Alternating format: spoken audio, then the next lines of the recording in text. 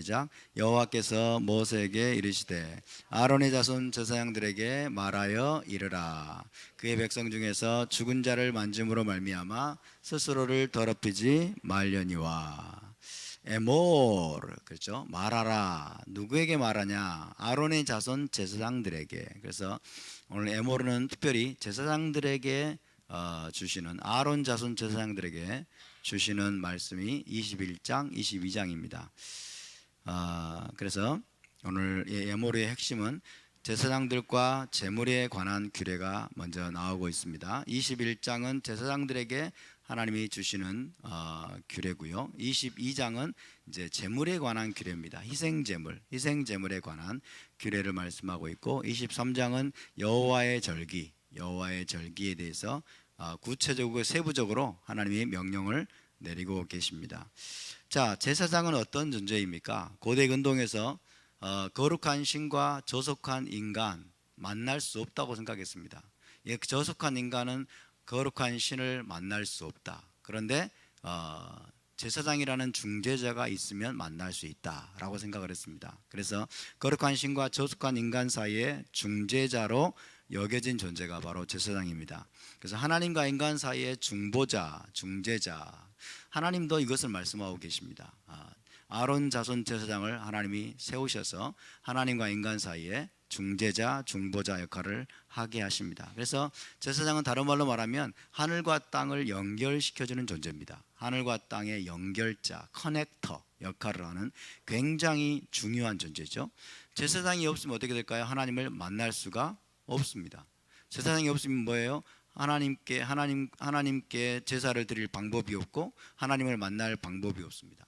제사장의 역할은 결정적으로 중요합니다.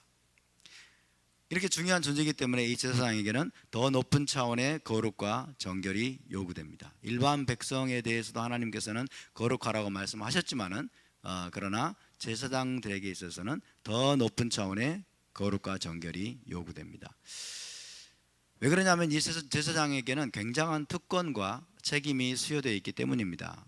자, 제사장은 어떤 특권을 가지고 있습니까? 하나님의 영광 가운데 가까이 나아갈 수 있는, 그리고 가까이 나가서 섬기는 특권을 가진 존재예요. 하나님께 가까이 갈 수 있는 특권보다 더 큰 특권이 어디 있겠습니까? 그렇죠? 성전에 들어가서, 하나님의 집에 들어가서, 왕궁에 들어가서 하나님 가까이 섬기는 특권을 부여받은 존재이면서, 그렇기 때문에 이 제사장에게는 더 큰 책임이 요구되는 것입니다. 철저한 훈련과 거룩한 삶으로 항상 준비되어 있는 삶을 살아야 됩니다. 그리고 백성의 영적인 어른으로 모범이 되고 토라를 가르쳐서 백성을 거룩하게 해야 될 책임이 부여되어 있습니다. 그래서 제사장으로 산다고 하는 것, 제사장으로 부르심을 받았다고 하는 것, 이것은 엄청난 영광이고 특권인 동시에 무거운 책임이라는 거예요. 큰 책임이라는 것을 우리가 알아야 됩니다. 저와 여러분이 제사장으로 부르심을 받았습니까? 아멘. 우리도 역시 제사장으로 부르심을 받았습니다. 물론 우리는 아론 자손 제사장은 아닙니다. 아론 반차의 제사장은 아니고 우리는 멜기세덱 반차의 제사장임을 기억하시기 바랍니다. 멜기세덱 반차의 대제사장은 누구십니까? 예수와이십니다. 할렐루야. 그리고 저와 여러분은 멜기세덱 반차의 제사장으로 우리는 부름을 받았습니다. 그렇기 때문에 저와 여러분에게도 엄청난 특권과 영광이 우리에게 주어졌고, 또한 동시에 우리는 책임을 부여받은 존재들입니다. 우리는 세상 사람들과 동일하게 살 수 없습니다. 우리는 평범한 삶을 살아서는 안 됩니다. 저와 여러분은 거룩한 삶을 살아야 될 줄로 믿습니다. 하나님 우리에게 높은 차원의 여러분 거룩과 정결을 요구하시는 겁니다. 왜? 제사장으로 섬겨야 되기 때문에. 근데 하나님께 가까이 가서 섬기고는 싶은데 세상 사람들과 똑같이 살고 싶어.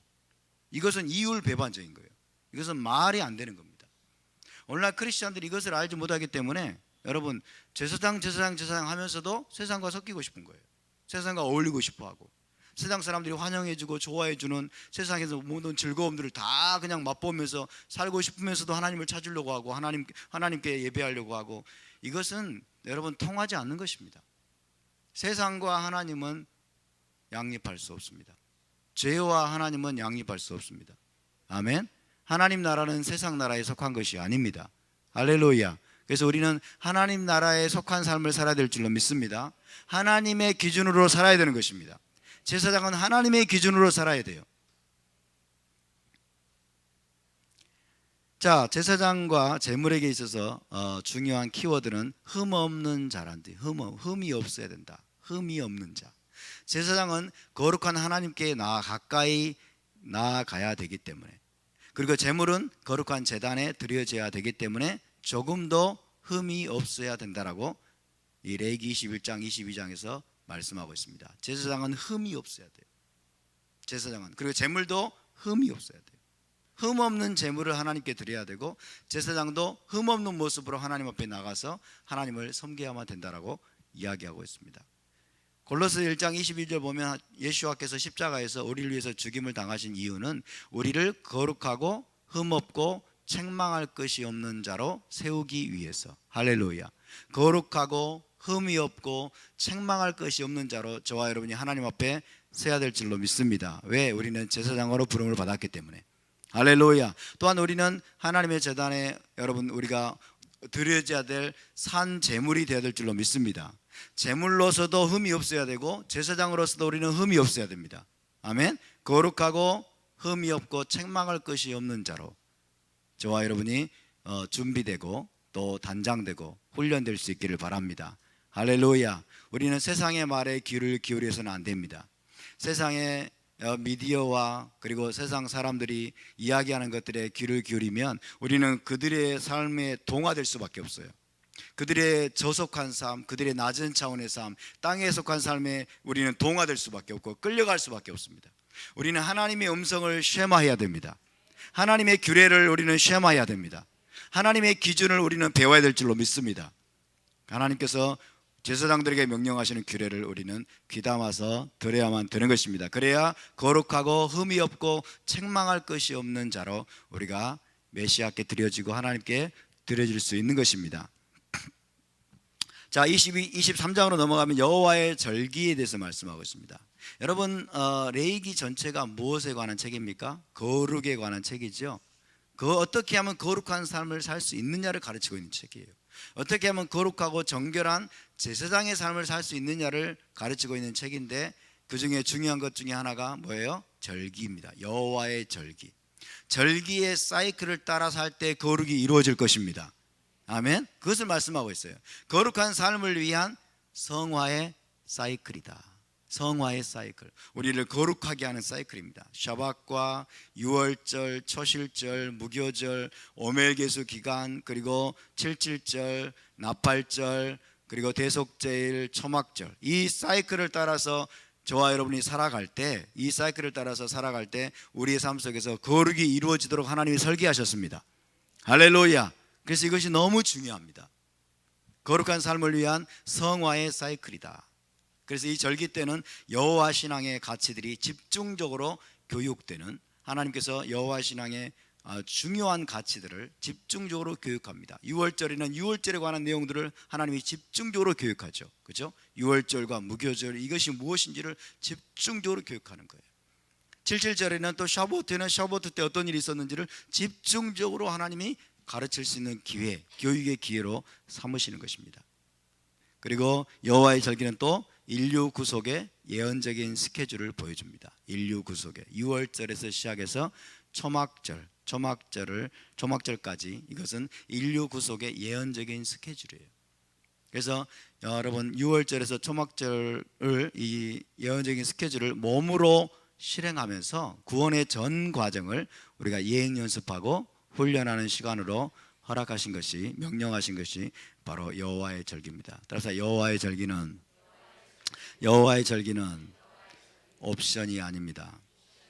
여호와의 절기는 명령입니다. 아멘. 여호와의 절기는 옵션이 아닙니다. 여호와의 절기는 명령입니다. 어떻게 명령하셨습니까? 영원한 규례로 명령하셨습니다.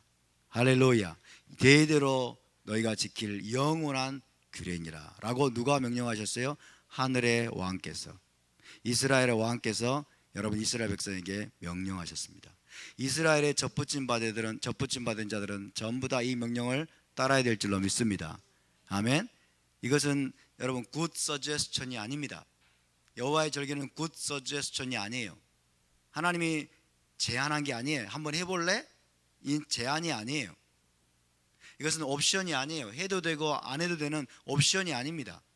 이것은 커맨드먼트입니다. 할렐루야. 여호와의 명령입니다.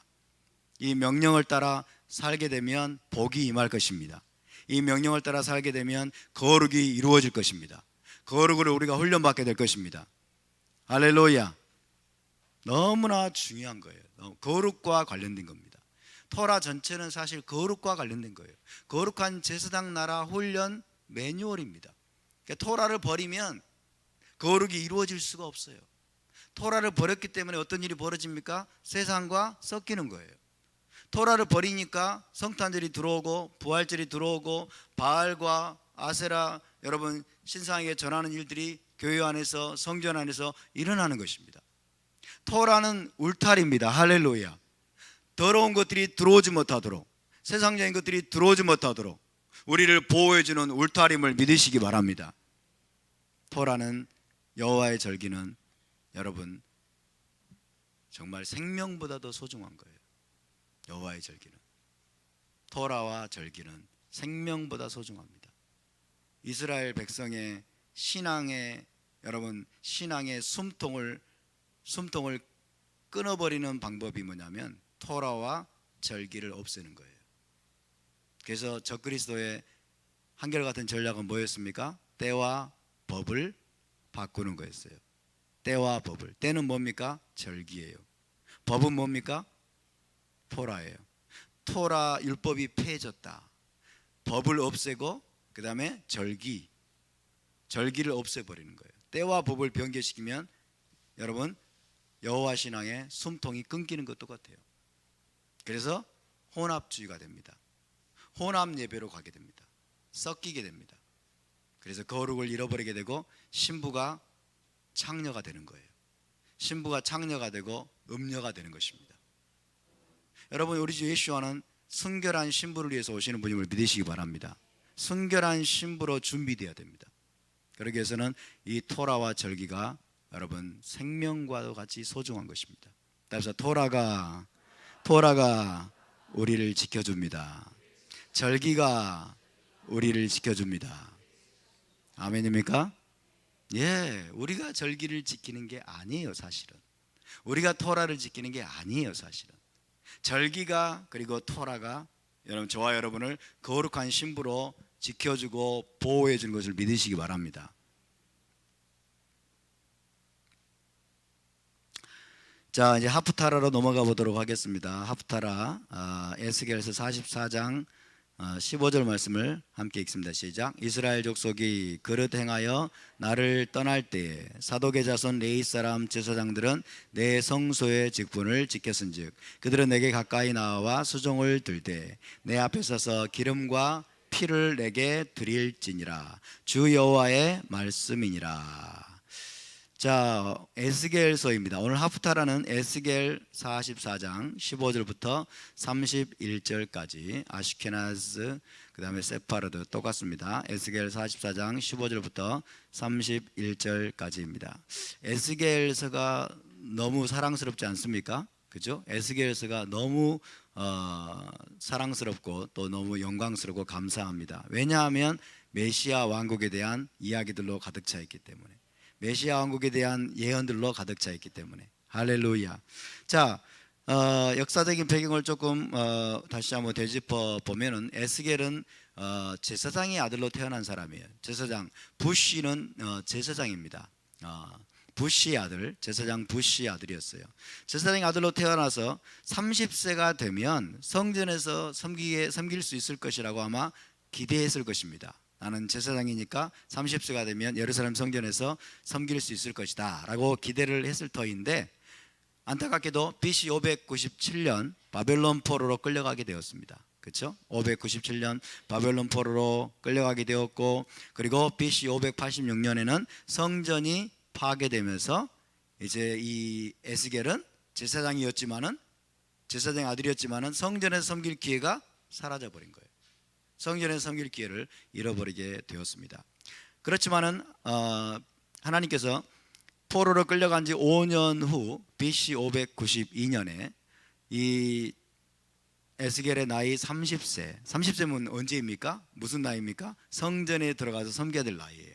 그렇죠? 근데 30세에 하나님이 이 에스겔에 특별한 미션을 주십니다. 그발 강가에서 하늘이 열리고 하늘 보좌의 환상을 보게 하시면서 바벨론 포로 공동체를 위한 선지자로 이제 부르심을 받게 됩니다. 제사장으로는 섬길 수 없게 되었지만은 그러나 바벨론 공동체의 선지자로 하나님께서 이제 사역하도록 부르신 것입니다. 그래서 에스겔서를 보면 이제 바벨론 포로 공동체를 위해서 하나님이 에스겔에게 메시지를 주십니다. 크게 두 부분으로 나뉘는데 1장부터 24장까지는 이스라엘과 예루살렘, 유다와 예루살렘의 죄를 하나님이 계속해서 책망하고 꾸짖습니다. 유다와 이스라엘과 예루살렘이 지었던 모든 죄들을 꾸짖고 책망하면서 예루살렘의 파괴와 임박한 포로 생활을 예언을 하게 됩니다. 그리고 이제 BC 586년 바벨론의 침공으로 그것이 그대로 성취가 되죠. 그리고 이제 성취가 되고 나니까 이제 예루살렘 멸망 후에는 이제 예언의 분위기가 바뀌게 됩니다. 미래에 임할 구속의 희망을 이제 예언하기 시작하죠. 미래에 임할 구속의 희망. 그래서 이 에스겔서는 남유다만이 아니라 이스라엘 온 집의 구속을 이제 예언하는 책으로 알려져 있습니다. 미래에 임할 이 구속의 희망의 하이라이트는 에스겔 40장부터 47장까지예요. 40장부터 47장까지는 뭡니까? 메시아 시대의 성전에 회복된 환상이죠. 그것이 에스겔서의 하이라이트라고 말할 수 있겠습니다. 자, 에스겔이 보았던 비전은 이런 것들입니다. 에스겔이 수천 년 후에 이루어질 것이고 지금도 이루어지지 않은 비전이지만 에스겔이 그때 보았던 비전 어떤 것들입니까? 죽은 자의 부활, 죽은 자의 부활에 관한 비전을 보았습니다. 에스겔 36장에 나오죠. 죽은 자의 부활 37장이군요. 죽은 자의 부활, 그 다음에 유다와 이스라엘 포로가 돌아올 것에 대한 비전을 봅니다. 그리고 다윗의 보좌에 왕이 앉아서 그 왕 밑에서 유다와 에프라임이 하나가 될 것이라고 하는 비전을 보게 됩니다. 37장에 여전히 나오고 있습니다. 그리고 또 예루살렘 성전이 재건이 되고 하나님의 쉐키나 영광이 시온에 다시 돌아올 것이라고 하는 어마어마한 비전을 에스겔을 통해서 하나님이 주고 계십니다. 40장부터 47장까지 성전이 다시 메시아 시대의 성전이 재건될 걸 믿으시기 바랍니다. 메시아 시대의 성전이 재건되고 거기에 하나님의 쉐키나 영광이 충만하게 임하게 돼요. 그리고 거기서부터 생수가 흘러나오고 할렐루야. 그리고 사해바다가 다시 회복되는 기적이 일어나는 시대가 바로 메시아 시대인 것입니다. 아멘. 그래서 40장부터 47장까지는 메시아 시대에 관한 비전이에요. 메시아 시대에 관한 비전. 한번 여러분이 꼼꼼하게 읽어보시기 바랍니다. 이 비전이 우리에게 소망으로 다가와야 되고 이 비전이 우리에게 희망으로 다가와야 될 줄로 믿습니다. 이 비전을 우리가 감격스러운 마음을 가지고 기다려야 될 줄로 믿습니다. 근데 이 비전을 여러분 읽으면서 마음이 불편해하는 사람들이 있어요. 마음이 불편해하는 사람들은 어떤 사람들일까요? 희생제사를 싫어하는 사람들, 성전을 싫어하는 사람들, 제3성전이 세워지면 안 된다라고 극렬하게 반대하는 기독교 신학자들, 그렇죠? 이런 사람들은 이 말씀을 읽으면서 하나님이 희망을 품으라고 주신 말씀인데 마음이 불편한 거예요. 마음이 불편하고 이 말씀을 이제 그렇게 잘못된 신학으로 이 말씀을 왜곡하려고 합니다. 성전, 여러분 우리 전통적인 기독교는 헬라적인 그런 철학사상에 여러분 물들어 가지고 성전을 반대합니다. 물리적인 성전을 반대하고 그리고 희생제사를 반대하고 그리고 율법을 반대하고 이런 신앙생활을 해왔습니다. 그래서 이것들을 반대하기 위해서 만들어낸 기가 막힌 성경 해석 방법이 있어요. 그것이 뭐냐면 spiritualize 하는 겁니다. 모든 것을 영적으로 해석해 버리는 거예요. 영적으로 해석하면서 뭐예요? 물리적인 문자적인 의미는 없애버리는 거죠. 이게 기독교가 저질러 왔던 범죄입니다. 저는 이것을 감히 범죄라고 말씀드리고 싶어요. 이것은 하나님의 말씀에 대한 범죄입니다. 하나님의 말씀을 왜곡하고 하나님의 말씀을 난도질하고 여러분 말씀의 순수성을 파괴하는 범죄 행위의 다름이 아닙니다. 에스겔 40장부터 17장까지 말씀은 여러분 문자적으로 실제적으로 이루어질 여러분 희망의 비전임을 믿으시기 바랍니다. 할렐루야. 메시아께서 오시면 예루살렘에서 실제 성전이 재건될 것입니다. 실제 성전이 재건되고 실제로 하나님의 여러분 놀라운 영광의 구름이 그 성전에 가득히 임하게 될 것입니다. 이것이 우리에게도 감격이 될 수 있기를 바랍니다.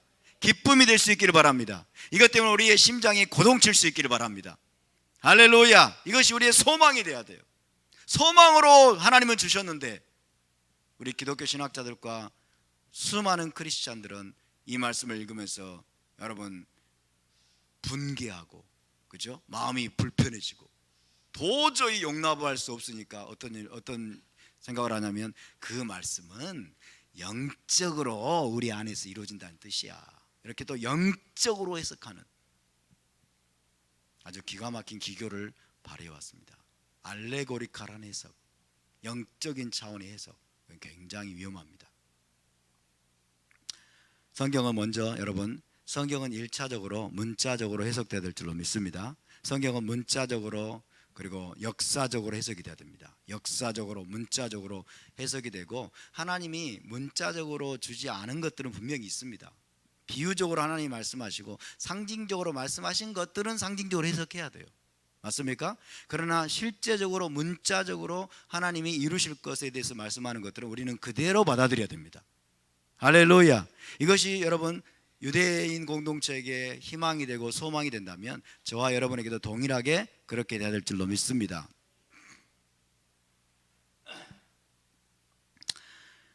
자, 오늘 하프타라의 핵심은요, 메시아 시대 제사장의 규례입니다. 메시아 시대 제사장의 규례, 그러면서 메시아 시대의 모습을 우리에게 보여주는 내용입니다. 메시아 시대는 어떤 시대일까요? 메시아 왕국을 다른 말로 천국이라고 말하죠. 천국, 그렇죠? 천국은 우리가 저 우주 너머의 어떤 곳으로 가는 곳이 아니고, 천국은 어디에서 이루어집니까? 이 땅에서 이루어집니다. 따라서 천국은 이 땅에 임합니다. 아멘. 이 땅에 임하는 천국, 이 땅에 임하는 천국은 어떤 모습일까요? 많은 사람들이 천국에 대해서 오해하죠. 천국, 우리 한국 사람한테는 천당이 되어버렸는데, 천국에 가면 어떤 일을 하게 될까? 너무나 많은 사람들이 추상적으로 애매모호하게 막연하게만 생각하죠. 그죠? 천당에 가면 영원토록 구름 위에 산책을 하게 될 것이다. 그리고 영원토록 논스톱 예배만 하게 될 것이다. 논스톱. 계시록의 4장 5장 막 그게 보면은 그들이 밤낮 쉬지 않고 막 창화야 가로되 거룩하다 거룩하다 뭐 그러니까 논스톱으로 예배만 한다고 생각하니까 지금부터 마음이 불편하기 시작해요. 지금 여기서 예배 드리는 것도 괴로워 죽겠는데 졸립고 막, 예? 거기서 논스톱으로 막 예배만 한다고 생각하니까 이제 어떤 일이 벌어져요? 천당 가기 싫다 이렇게 돼요. 천당 가기 싫다. 여러분, 천당이 아니라 천국은 이 땅에 이루어집니다. 아멘. 이 땅에 이루어지는 천국, 구체적으로 말하면 예루살렘에서 이루어지는, 이스라엘 땅에서 이루어지는 천국, 메시아 왕국의 모습은 어떤 모습일까요? 오늘 그 모습을 약간 우리가 여러분 엿보도록 하겠습니다. 정탐꾼처럼. 아멘. 정탐꾼처럼 우리가 엿보면서 천국에 대한 소망이 우리에게 더욱더 증폭될 수 있기를 바라고, 천국에 대해서 우리가 구체적인 그림을 여러분 그릴 수 있게 되기를 바랍니다. 할렐루야. 여러분, 제사장에 대한 규례가 오늘 레위기 21장 22장에 나온 것처럼 오늘 이 말씀이 메시아 시대 제사장의 규례이기 때문에 오늘 하프타라가 된 것입니다. 이해되시죠? 에스겔 44장 15절부터 31절까지의 말씀입니다. 자, 토라 포션 에모르, 오늘 이번 주가 에모르인데, 이 에모르에 나오는 제사장의 규례들이 대부분 오늘 이 에스겔서에서 반복되어 나오고 있습니다. 다시 말하면 메시아 시대, 천국입니다. 천국의 시대, 천국이 이 땅에 임한 시대에도 모든 토라가 실행될 것을 보여줍니다. 여러분, 메시아 왕국 시대는 천국이 이 땅에 임하게 되면 토라 전체가 회복될 걸 믿으시기 바랍니다. 토라가 완전하게 회복되는 시대가 천국 시대입니다. 할렐루야. 토라가 완전하게 회복이 되어서 어떻게 돼요? 기미지온 대체 토라, 기미지온 대체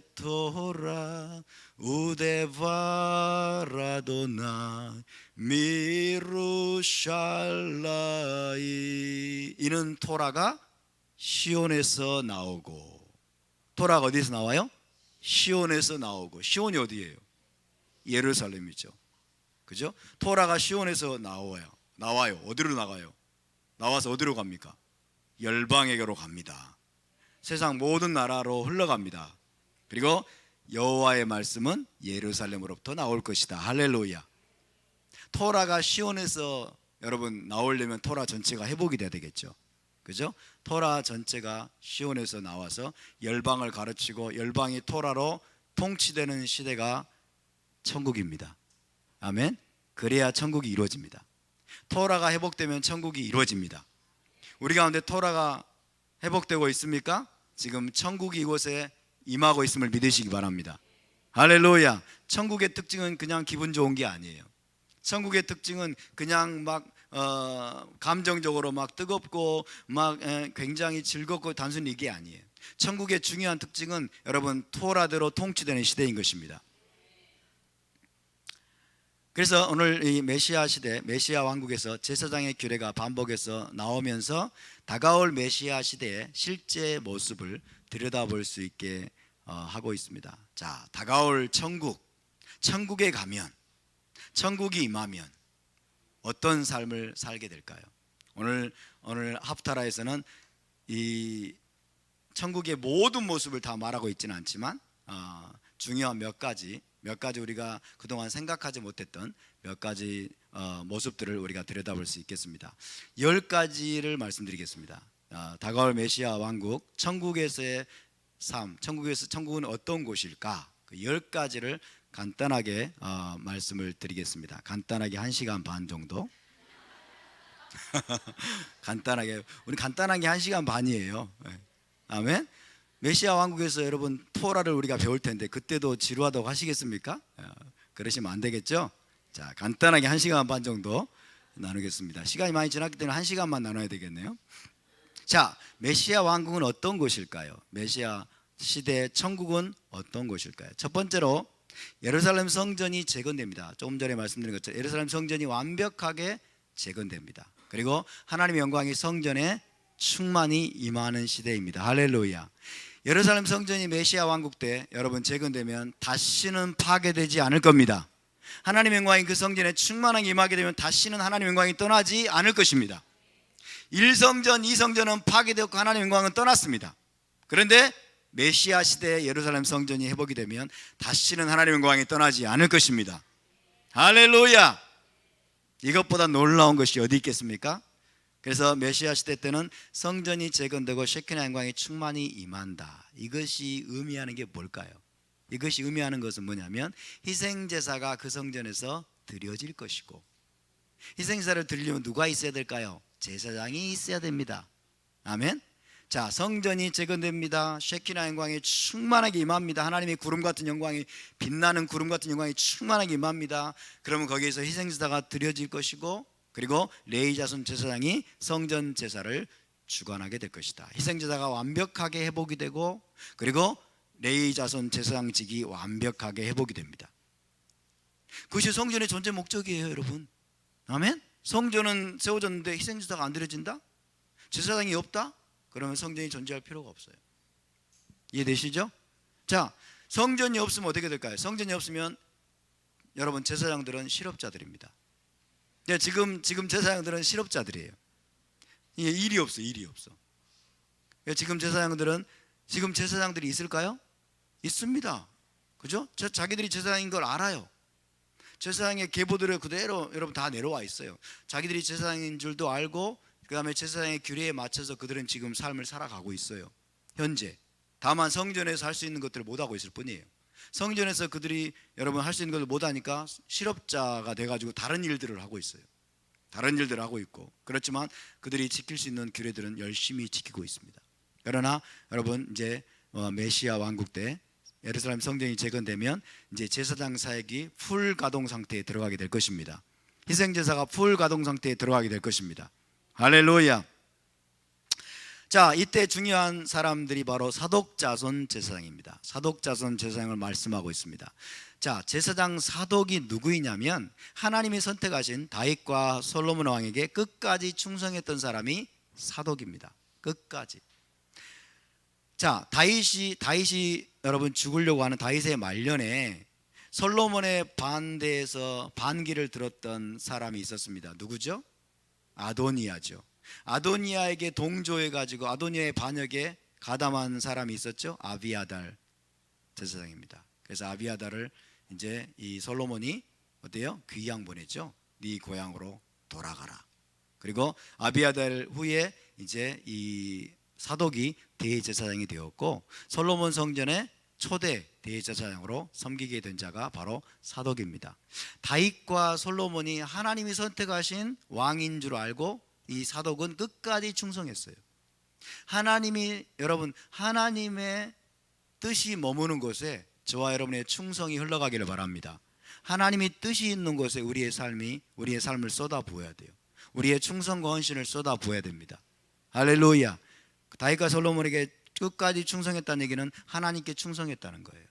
하나님께 충성함으로 신실하게 여러분 하나님을 섬겼던 제사장이 바로 사독 제사장입니다. 그래서 자 15절을 우리가 다시 한번 읽습니다. 시작. 이스라엘 족속이 그릇 행하여 나를 떠날 때에 사독 자손 레위 사람 제사장들은 내 성소의 직분을 지켰은즉 그들은 내게 가까이 나와 수종을 들되 내 앞에 서서 기름과 피를 내게 드릴지니라 주 여호와의 말씀이니라. 사독 자손이 이 사독뿐만 아니라 이제 그 이후에 사독의 자손들도 하나님께 끝까지 충성을 했어요.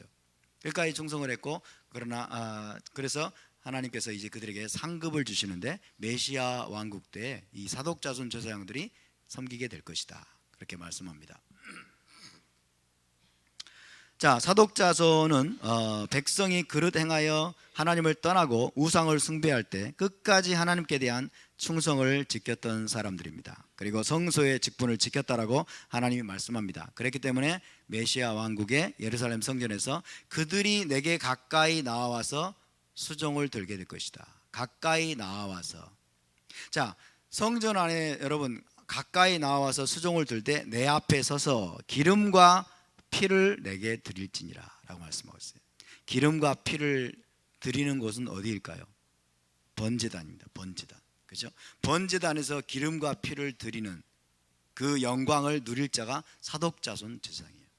끝까지 하나님께 충성했던 자들에게 하나님이 상급을 주시는 걸 믿으시기 바랍니다. 저와 여러분도 끝까지 하나님께 충성해야 될 줄로 믿습니다.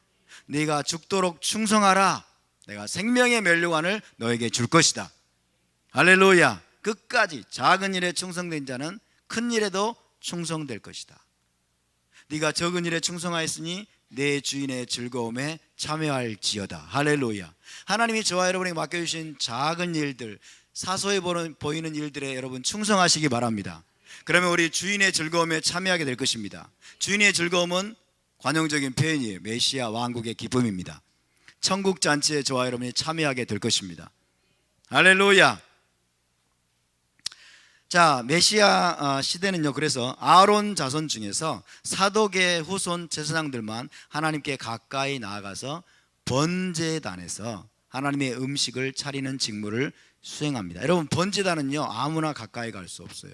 번제단은 어떤 곳이냐면 왕의 식탁입니다. 하나님께 음식을 수라상을 차려드리는 곳이에요. 그죠? 왕의 식탁이기 때문에 아무나 가까이 갈 수 없습니다. 그래서 이 하나님 음식을 차리는 번제단에 가까이 갈 수 있는 영광, 이것은 사독자손 제사장에게만 하나님이 여러분 주겠다라고 지금 약속하고 계십니다.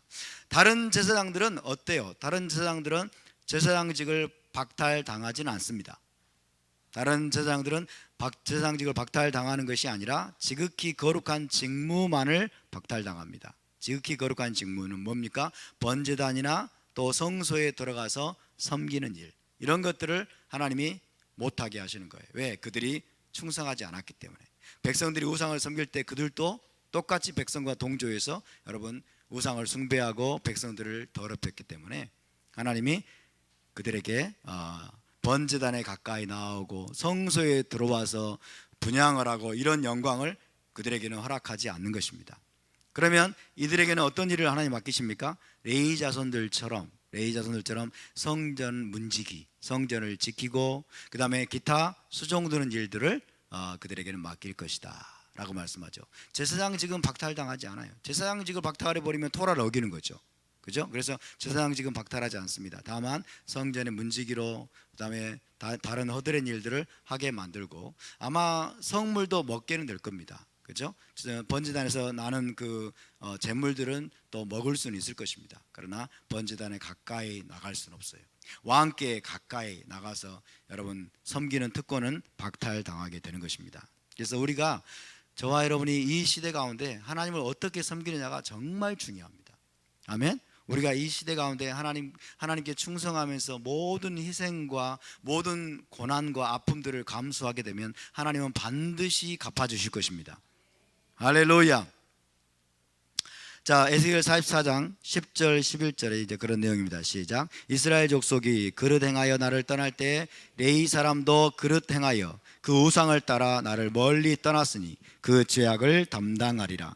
그러나 그들이 내 성소에서 수종들어 성전 문을 맡을 것이며 성전에 수종들어 백성의 번제 희생물과 다른 희생물을 잡아 백성 앞에 서서 수종들게 되리라. 번제단은 가까이 나오지 못합니다. 성소에도 들어가지 못합니다. 그들의 죄에 대한 대가를 담당을 하게 됩니다. 그러나 그들이 내 성소에서 수종들어서 성전 문을 맡을 것이다. 성전 문을 맡을 것이다. 성전에서 수종들어서 백성의 번제 희생물과 다른 희생 제물을 도살하는, 희생 제물을 도살하는 임무는 또 하나님이 하게 하십니다. 이것만 해도 어딥니까? 그죠? 그것만 해도 엄청난 영광이죠. 성전 밖으로 쫓아내도 할 말이 없을 텐데 하나님이 그들에게 또 약속을 지키고 계십니다. 자, 사독자손, 사독은 제1성전의 첫 대제사장이었고요. 이제 바벨론 포로에서 돌아온 후에 대제사장이 누구였죠? 여호수아였죠. 여호사닥의 아들 여호수아. 이 사람도 사독자손이었어요. 여호사닥의 아들 여호수아는 제2성전의 대제사장이 되었습니다. 제1성전의 대제사장도 사독이었고 제2성전의 대제사장도 사독 자손이었습니다. 여호수아. 그런데 이제 나중에 이제 하스모니안 왕조 시대가 되면서 여러분 제사장들이 더럽혀지기 시작했어요. 제사장들이 더럽혀지고 타락하기 시작했어요. 그리고 제사장들이 타락이 극에 달했던 시대가 언제냐면 헤롯 성전 제1세기 때였습니다. 제사장들의 타락이 극에 달했던. 그래서 이런 타락한 제사장들, 그리고 성전이 너무나 더럽혀졌기 때문에 이런 자들을 피해 가지고 이제 광야, 쿰란 동굴 이런 곳으로 여러분 숨어 들어간 순수한 제사장의 무리들이 있었습니다. 그들이 누구냐면 사독 자손들이었어요. 그들이 바로. 그래서 후에 이 사람들이 쿰란의 동굴에 들어가고 광야로 들어가서 후에 이들이 에센의 공동체를 이룹니다. 그래서 에센의 공동체를 이루어서 에센의파로 가죠. 이들은 예루살렘 성전 제사를 이들은 인정하지 않았어요. 예루살렘 성전 제사가 너무 더럽혀졌다. 제사장들도 너무나 타락하고 이스라엘이 너무나 타락했다라고 하면서 이들은 메시아의 오심을 기다렸어요. 메시아가 오셔서 사독자손 제사장들이 이 에스겔서에 예언된 대로 사독자손들이 다시 제사장을 섬기게 될 그날을 이들이 간절히 기다리면서 광야에서 공동체 생활을 했다라고 이야기를 합니다. 그래서 어쨌든 메시아께서 다시 오시게 되면 이 사독자손 제사장직이 여러분 회복될 것을 믿으시기 바랍니다. 아멘. 자, 이제 44장 17절부터 18절까지 함께 읽습니다. 시작. 그들이 안뜰문에 들어올 때에나 안뜰문과 성전 안에서 수종들 때에는 양털옷을 입지 말고 가는 베옷을 입을 것이니 가는 배관을 머리에 쓰며 가는 배바지를 입고 땀이 나게 하는 것으로 허리를 동이지 말 것이며. 자, 제사장들은 양털옷을 입지 말고 가는 베옷을 입을 것이다. 과거에 여러분 제가 양털옷을 왜 입지 말아야 되는가에 대해서 여러 책을 읽어보니까 완전히 이걸 영적으로 풀어놨어요. 이게 맞다고 생각을 했어요. 그래서 이 양털은 무엇을 상징하냐? 이거 육적 본성을 상징한다. 육적 근거가 뭐예요? 너무 근거 없이 그렇게 영적으로 풀어놓은 거예요. 그런 의미가 아닙니다. 자, 두 번째로는 메시아 왕국은 사람들이 여전히 땀을 흘리는 시대입니다. 메시아 왕국에서는 여러분 사람들이 땀을 흘릴까요? 예, 땀을 흘리는 시대예요. 자, 사람들이 여전히 땀을 흘리는 시대이기 때문에 제사장들은 하나님 앞에서 섬길 때 가는 베옷을 입으라고 하나님이 명령하십니다. 가는 베옷. 양털옷을 입으면 땀을 흘릴 가능성이 높습니다. 땀을 흘릴 가능성이 높아서 성전 사역에 큰 방해가 됩니다. 그래서 18절에 보면은 가는 배관을 머리에 쓰며 가는 배바지를 입고 땀이 나게 하는 것으로 허리를 동이지 말 것이며, 양털옷, 앞에 양털옷을 입지 말라는 의미가 바로 그런 의미예요. 그렇죠? 제사장 이 메시아 시대 때는 땀을 흘릴 수가 있어요. 그래서 성전에서는 땀을 흘리면 안 돼. 땀을 흘리면은 성전 사역에 엄청나게 방해가 됩니다. 그리고 여러분 레위기 15장 기억이 나실지 모르겠네요. 레위기 15장에 유출병이 나오죠. 그 사람의 몸에서 체액이 흘러나오면 어때요? 이것은 부정한 것이에요.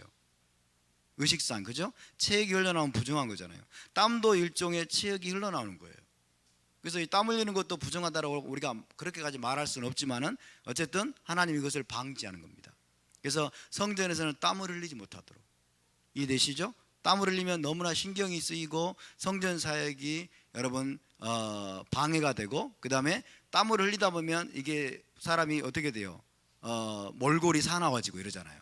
몰골이 사나워지고 그 다음에 품격을 잃어버리게 되고, 그죠? 이런 다양한 여기에 수반되는 여러 가지 문제들이 발생합니다.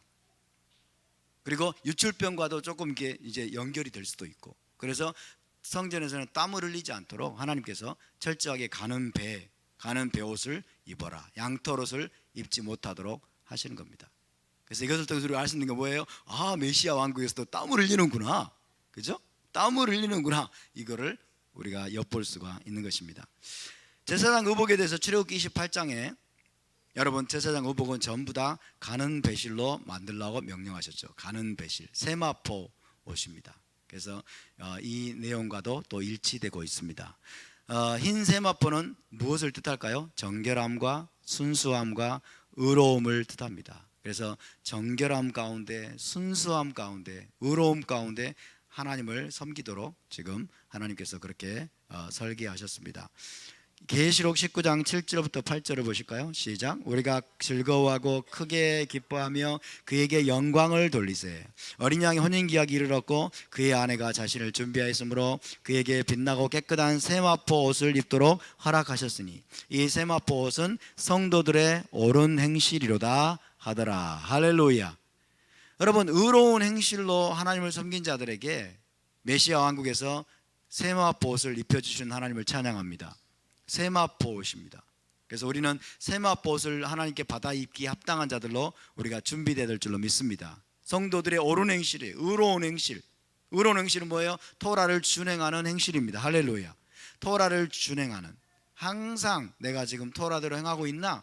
토라에 어긋나는 행동은 아닌가? 여러분 늘 점검하시길 바랍니다. 토라가 저와 여러분의 삶을 비춰주는 거울임을 믿으시기 바랍니다. 요즘은 토라 의식 많이 하시죠? 안 하세요? 어디를 가서 누구를 만나든지, 가서 무슨 음식을 먹든지, 가서 누구와 대화를 하든지, 그리고 내 입에서 지금 무슨 말들이 나가든지 토라 의식이 됩니까? 안 됩니까? 토라 의식이 되죠? 그죠? 내가 지금 험담하는 말을 하고 있네. 내가 지금 라쇼나를 하고 있네. 내가 누군가를 지금 비난하는 말을 하고 있네. 그리고 빨리 깨닫고 우리가 그것을 스탑해야 됩니다.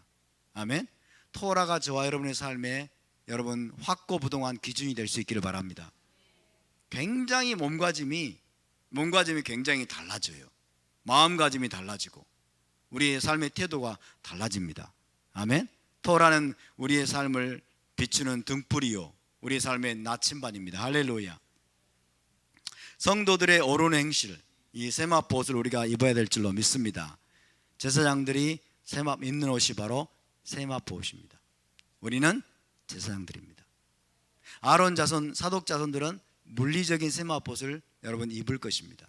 저와 여러분은 이 시대에 영적인 제사장으로서 영적인 세마포 옷을 입어야 됩니다. 아멘. 순수함과 정결함과 의로움으로 우리가 하나님을 섬겨야 될 줄로 믿습니다. 에스겔 44장 19절입니다. 시작. 그들이 바깥들 백성에게로 나갈 때에는 수종들은 옷을 벗어 거룩한 방에 두고 다른 옷을 입을지니 이는 그 옷으로 백성을 거룩하게 할까 함이라. 성전에서 입는 옷과 바깥들 이제 일반 백성들에게로 갈 때 입는 옷이 다릅니다. 구별된다라고 말씀합니다. 왜? 제사장의 옷은 거룩한 옷이에요. 그래서 성전 안에서만 입게 되어 있어요. 수종들 때 하나님을 섬길 때 이 옷을 입게 되어 있고, 이제 바깥들로 나가서 일반 백성들을 만나고 일상적인 활동을 할 때에는 제사장 옷을 입어서는 안 돼요. 그래서 거룩한 방에 벗어두고 다른 옷을 입을지니 이는 그 옷으로 백성을 거룩하게 할까 함이라. 자, 제사장 옷에 접촉을 하게 되면 이 백성이 거룩하게 되어버릴 가능성이 있어요. 이 거룩성이 백성에게로 전이 돼요. 그럼 백성이 거룩하게 되어버리면 어떤 일이 벌어질까요? 어떤 일이 벌어질까요? 어떤 일이 벌어져요? 이 백성은 성전 밖으로 못 나가요. 성전 밖으로 못 나가. 이해되시죠? 자, 여러분, 지극히 거룩한 존재, 거룩이 이 백성에게로 이제 전이가 되면 이 백성은 성전 밖으로 나갈 수가 없어요. 거룩한 것들은 성전 안에 여러분 제한을 받기 때문에, 그렇죠? 못 나갑니다. 그러니까 일상적인 활동을 할 수 없게 돼 버려요. 일상적인 활동을 할 수 없게 돼요. 그래서 이 제사장은 철저하게 이제 성전 안과 밖을 구별하여 옷을 입도록 하나님 말씀하십니다. 그래서 이것이 바로 거룩입니다. 구별하는 것. 성전의 안과 안에서 입을 옷과 밖에서 입을 옷을 구별해서 하는 것. 이것이 바로 거룩입니다. 저와 여러분이 거룩을 배워야 될 줄로 믿습니다. 구별을 배워야 됩니다. 그래서 철저하게 거룩의 라이프 스타일을 살도록 하나님이 이 제사장들에게 명하고 계십니다. 자, 44장 20절을 읽겠습니다. 시작. 그들은 또 머리털을 밀지도 말며 머리털을 길게 자라게도 말고 그 머리털을 깎기만 할 것이며. 제사장들에게 말씀합니다. 머리털을 밀지도 말며 머리털을 길게 자라게도 말고 그 머리털을 깎기만 할 것이며. 자, 세 번째 특징입니다. 메시아 시대 때는 사람들의 머리칼이 자랍니다. 머리칼이 자라기 때문에 이발이 필요한 시대입니다. 재밌죠? 예, 메시아 왕국을 우리가 너무 추상적으로 생각하면 안 돼요. 메시아 왕국을 굉장히 구름 위의 산책으로 생각하면 안 돼. 메시아 왕국은 이 현 세상의 연장선상입니다. 이 현 세상의 연장선상으로서 굉장히 개선이 되고 좋아지겠습니다만은 그래도 여전히 사람들의 머리칼이 자란다는 거예요. 사람들의 머리칼이 자라기 때문에 이발을 해야 되는 시대, 이발이 필요한 시대가 바로 메시아 시대입니다. 자, 그래서 제사장들에게 레위기 10장에 보면 제사장들에게 머리를 풀지 말라고 명하시고, 오늘 에스겔 44장에서는 머리칼을 밀지도 말고 길게 자라게도 말며 다만 정기적으로 자르라고 명하고 계십니다. 자, 머리칼을 풀어헤치지 말아라. 머리칼을 풀어헤치거나 머리칼을 대머리로 만드는 것은 그 당시에 이교도들의 풍습이었어요.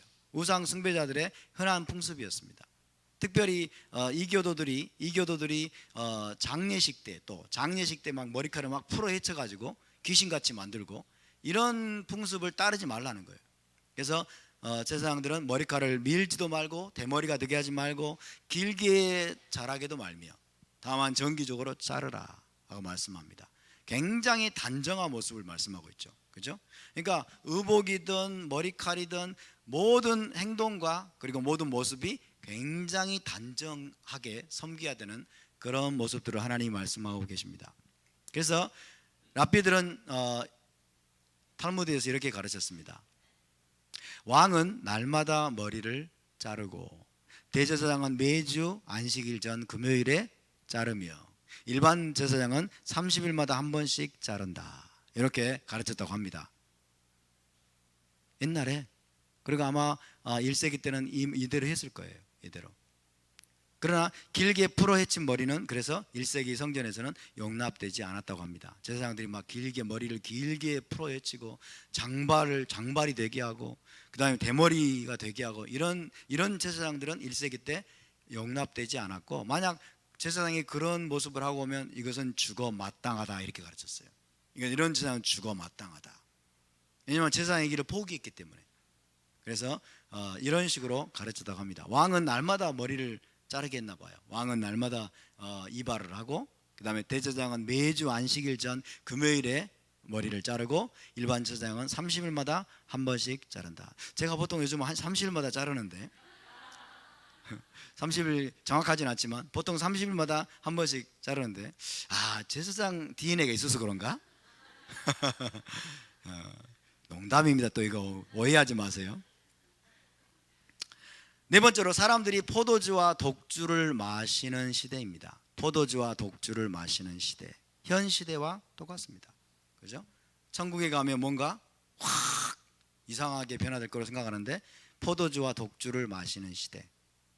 자, 21절 읽습니다. 시작. 아무 제사장이든지 안뜰에 들어갈 때에는 포도주를 마시지 말 것이요. 안뜰은 번지 다니는 뜰입니다. 안뜰에 하나님을 섬기러 들어갈 때에는 포도주를 마시지 말 것이요. 그러면 안뜰에 안 들어갈 때는 포도주를 마실 수 있다는 겁니다.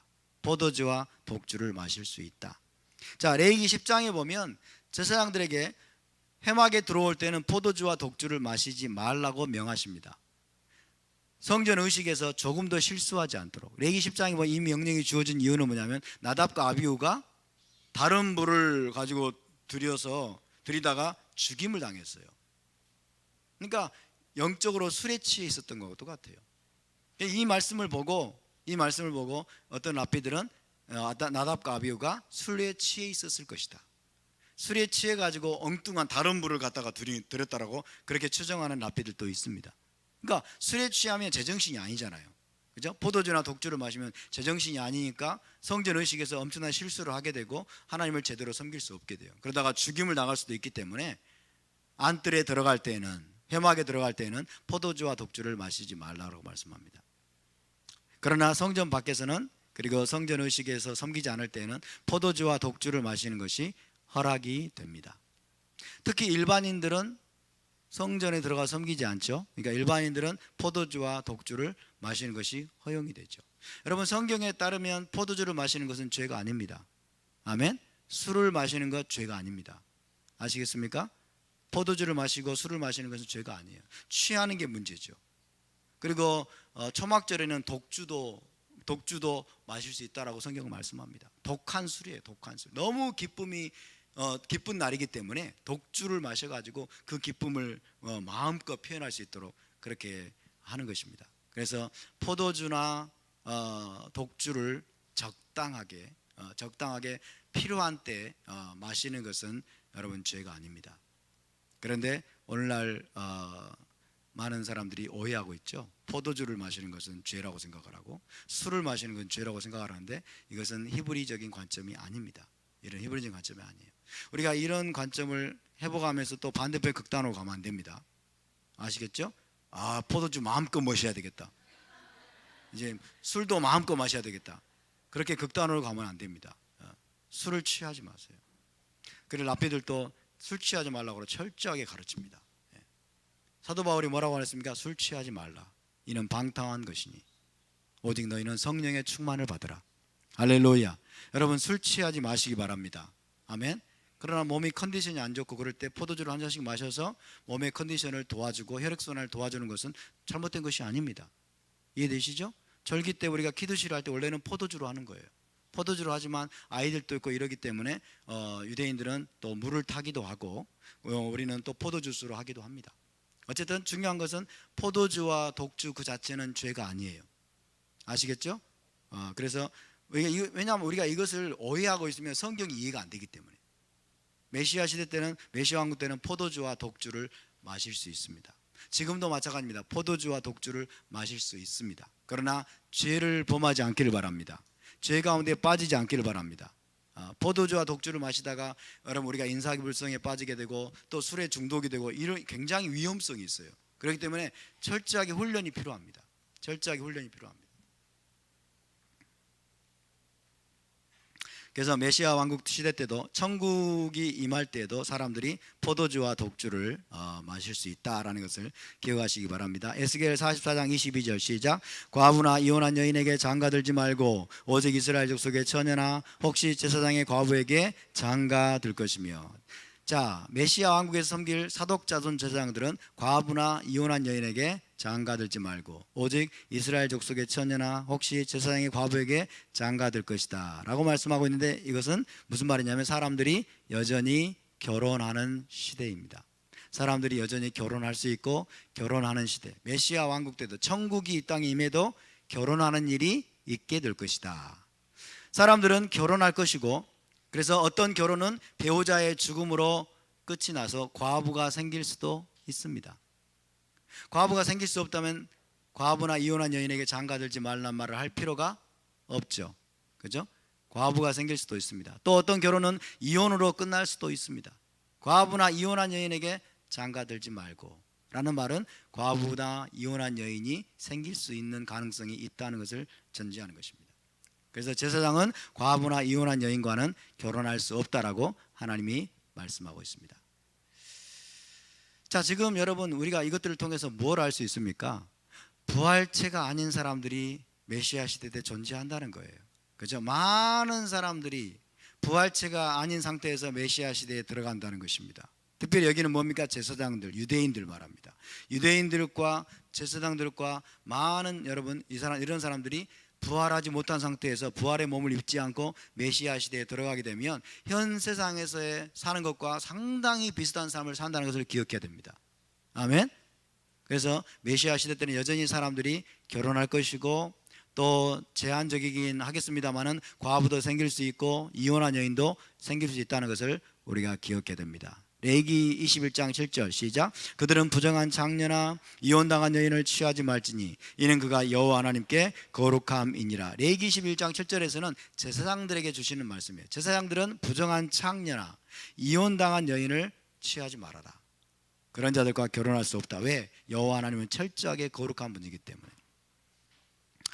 자, 그 다음에 레위기 21장 13절 14절은 대제사장에 대한 규례입니다. 대제사장의 결혼 시작. 그는 처녀를 데려다가 아내를 삼을지니 과부나 이혼당한 여자나 창녀짓을 하는 더러운 여인을 취하지 말고 자기 백성 중에서 처녀를 취하여 아내를 삼아. 대제사장은 가장 엄격합니다. 대제사장은 아무나 결혼할 수 없어요. 이스라엘의 여인들 중에 처녀하고만 결혼할 수 있도록 되어 있어요. 하나님이 그렇게 레위기에서 말씀하셨습니다. 자, 그 맥락과 지금 같은 내용이 에스겔서에 나오고 있는 것입니다. 자, 그래서 사람들이 결혼을 하게 되는데 이제 예외가 있습니다. 메시아 왕국의 부활체로 들어간 이들, 메시아 왕국의 부활체로 들어간 이들은 결혼하지 않고 천사들과 같은 상태로 존재하게 될 것이다. 이것을 기억하시기 바랍니다. 그러나 부활체가 아닌 이들은 여전히 시집가고 장가가고 결혼해서 이혼도 제한된 범위에서 가능하고 과부도 생겨나고 이런 일이 있을 가능성을 이야기하고 있습니다. 저와 여러분은 부활체로 메시아 왕국에 들어갈 수 있게 되길 바랍니다. 아멘. 메시아 안에서 죽은 자들, 메시아께 충성하고 그분을 위해서 여러분 목숨을 바친 자들, 그리고 메시아가 오실 때 살아남아 있는데 여러분 그분께 충성하고 있는 자들, 이런 자들은 부활체로 메시아 왕국에 들어가게 될 것입니다. 할렐루야. 그러니까 메시아 왕국은 부활체로 들어간 자들과 부활체로 못 들어간 자들이 공존하는 시대입니다. 아시겠습니까? 공존하는 시대예요. 지금 에스겔 44장은 부활체로 들어가지 않은 레위 자손 제사장들이 제사장으로 섬기게 될 것을 이야기하고 있습니다. 자, 마가복음 12장 25절 예수께서 말씀하십니다. 시작. 사람이 죽은 자 가운데서 살아날 때에는 장가도 아니 가고 시집도 아니 가고 하늘에 있는 천사들과 같으니라. 죽은 자 가운데 살아날 때는 주님이 재림하실 때입니다. 그렇죠? 주님이 재림하실 때, 메시아 왕국이 시작될 때, 이때는 이제 죽은 자가 살아나서는 장가도 아니 가고 시집도 아니 가고 하늘에 있는 천사들과 같으니라 라고 말씀합니다. 자, 제사장은 여러분 어떤 사람입니까? 하나님의 거룩성을 대표하는 사람이에요. 백성을 향해서 하나님을 대표하는 자, 하나님을 대표하는 자가 바로 제사장입니다. 제사장과 대제사장의 엄격한 결혼 규례는 우리에게 뭘 보여주는 겁니까? 하나님과 자기 백성의 관계를 보여주는 것입니다. 특별히 여러분 대제사장이 이스라엘의 처녀와만 결혼해야 하는 것은 하나님께서 처녀 이스라엘을 신부로 삼으실 것을 보여주는 거예요. 아멘. 대제사장은 하나님을 보여주는 존재입니다. 그래서 대제사장은 처녀하고만 결혼하라고 말씀하신 것은 뭐예요? 하나님의 철저한 거룩성을 보여주는데, 하나님이 누구를 원하신다? 처녀 이스라엘을 원하는 거예요. 이스라엘, 처녀 이스라엘, 순결한 처녀 이스라엘을 신부로 삼아서 하나님께서 결혼할 것을 대제사장의 삶을 통해서 하나님께서 우리에게 보여주고 있는 것입니다. 할렐루야. 그래서 에베소서 5장 27절에 우리 사도 바울이 이렇게 말씀합니다. 시작. 자기 앞에 영광스러운 교회로 세우사 티나 주름 잡힌 것이나 이런 것들이 없이 거룩하고 흠이 없게 하려 하심이라. 할렐루야. 영광스러운 교회는 뭐예요? 영광스러운 이스라엘입니다. 영광스러운 카할. 할렐루야. 영광스러운 교회로 여러분 세우기를 원하신다고 말씀합니다. 메시아 공동체를 이스라엘 공동체를 영광스러운 교회로 세워서 티나 주름 잡힌 것이나 이런 것들이 없이 거룩하고 흠이 없게 만들기를 원하시는 하나님, 거룩하고 흠이 없는 존재, 순결한 처녀와 같은 신부로 만드셔서 어떻게 한다는 거예요? 자기 앞에 세운다고 그러죠. 자기 앞에 세운다. 그렇죠? 자기 앞에. 누구 앞에? 메시아 앞에. 우리의 신랑 되신 그분 앞에 세워서 그분과 결혼하기 위해서, 결혼할 수 있도록 하기 위해서 여러분 지금 우리를 그렇게 신부로 단장되고 있음을 믿으시기 바랍니다. 우리가 신부로 지금 단장되고 있는 것입니다. 거룩하고 흠이 없는 신부를 주님은 찾으십니다. 오늘날 교회가 더럽혀졌어요. 신부가 더럽혀졌어요. 하나님은 이스라엘을 순결한 처녀로 준비시켜서 결혼하기를 원하십니다. 그런데 이교도의 관습들로 더럽혀지는 것은 더러운 창녀가 되는 것과 같습니다. 더러운 창녀가 되는 것과 같아요. 이교도의 관습들이 교회 안에 너무나 많이 들어왔어요. 이교도의 관습들이, 그죠? 사순절이 들어왔어요. 사순절이 더러운 것이. 부활절, 여러분 이거는 부활절도 역시 태양신 숭배 농신 축제, 로마의 농신 축제 거기서 들어온 거예요. 성탄절 마찬가지. 성탄절은 어떤 날입니까? 여러분 동지가 지나서 12월 25일은 태양신의 부활절이에요. 태양신이 탄생하는 날이에요. 태양신이. 이교도의 축제일이 교회 안에 들어오고, 이교도의 관습들이 교회 안에 들어와서 이스터 버니, 부활절 토끼 이런 게 도대체 왜 들어옵니까? 부활절 토끼, 그 다음에 계란에다가 막 장식을 하고 계란을 막 핏빛으로 물들이고, 이런 것들이 여러분 교회 안에 들어와가지고 그걸 하면서 막 기뻐하고 즐거워하고 막 이렇게 하는 거예요. 그러다 보니까 신부가 더럽혀졌습니다. 신부가 더럽혀졌어요. 안식일을 버렸습니다. 안식일이 얼마나 중요한데, 샤밧이 언약의 표징인데, 언약의 표징으로 주신 것인데 안식일을 던져버리고, 절기도 던져버리고, 그렇죠? 다 던져버렸어요. 토라도 던져버리고, 율법도 폐해졌고. 그러니까 온갖 여러분 세상적인 것들이 교회 안에 밀물처럼 몰려 들어온 거예요. 교회 안에 밀물처럼. 그래서 오늘날 교회 안에 기복주의가 여러분 교회 안에 가득하지 않습니까? 기복주의, 성공주의, 형통주의, 프라스페러티 가스펠, 형통의 복음, 예수 믿고 복 받으라고 하는 그런 여러분 복음이 교회 안에 가득합니다. 신부가 지금 더럽혀졌어요. 신부가 더럽혀졌어요. 신랑을 맞을 준비가 안 됐어요. 주님이 오시기 전까지 여러분 신부는 다시 정화되어야 될 줄로 믿습니다. 신부는 다시 깨끗함을 입어야 돼요. 다시 정결케 되어야 됩니다. 어떻게 씻김을 받을 수 있겠습니까? 토라가 바로 생수임을 믿으시기 바랍니다. 토라의 맑은 물로 우리가 씻김을 받아야 될 줄로 믿습니다. 지금 하나님이 그 일을 하고 계십니다. 마지막 때 토라의 복음은 결국 신부를 정결케 하는 여러분 과정임을 믿으시기 바랍니다. 그분이 정결하고 깨끗하고 거룩하고 흠이 없는 신부를 여러분 맞이하기 위해서 지금 토라의 복음을 전 세계 가운데 일으키고 계시는 것입니다. 그 말은 무슨 말이에요? 주님 오실 날이 가까웠다는 뜻입니다. 신랑이 오실 날이 가까웠습니다. 여섯 번째, 사람들이 여전히 토라를 배워야 하는 시대가 메시아 왕국 시대입니다. 사람들이 여전히 토라를 배워야 되는 시대다.